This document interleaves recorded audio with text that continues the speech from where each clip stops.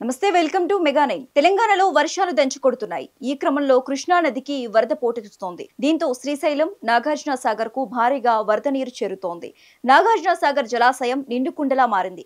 సాగర్ ప్రాజెక్టులో మొత్తం 26 గేట్లను 5 అడుగుల మేరకు పైకి ఎత్తి నీటిని దిగువకు విడుదల చేస్తున్నారు. ఇక సాగర్ కు ఇన్ఫ్లో 1,74,533 క్యూసెక్లు ఉండగా అవుట్ఫ్లో 2,33,041 క్యూసెక్లుగా ఉంది.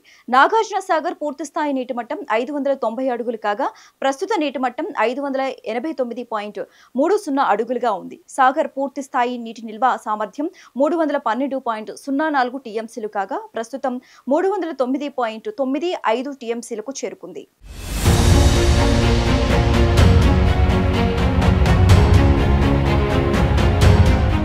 అటు ఎగువ ప్రాంతాల్లో కురుస్తున్న వర్షాలకు నిర్మల్ జిల్లా కడెం నారాయణ రెడ్డి ప్రాజెక్టులోని భారీ వరద నీరు వచ్చి చేరుతోంది. దీంతో అధికారులు 2 గేట్లు ఎత్తి నీటిని దిగువకు వదులుతున్నారు. ప్రాజెక్టు పూర్తి స్థాయి నీటి మట్టం 700 అడుగులు కాగా ప్రస్తుత నీటి మట్టం 695.100 అడుగులకు ఉంది.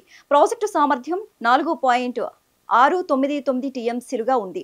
ప్రస్తుత నీటి మట్టం 3.532 టీఎంసీలుగా ఉంది. ఇక ఇన్ఫ్లో 1836 క్యూసెక్లు, అవుట్ఫ్లో 12,037 క్యూసెక్లుగా ఉంది.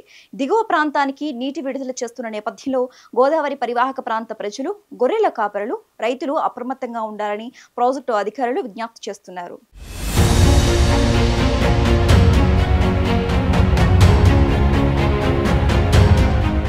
మరోవైపు శ్రీశైలం జలాశయానికి వరద నీరు పోటెత్తుతోంది. దీంతో జలాశయం 6 గేట్లు 10 అడుగుల మేర ఎత్తి నీటిని విడుదల చేస్తున్నారు.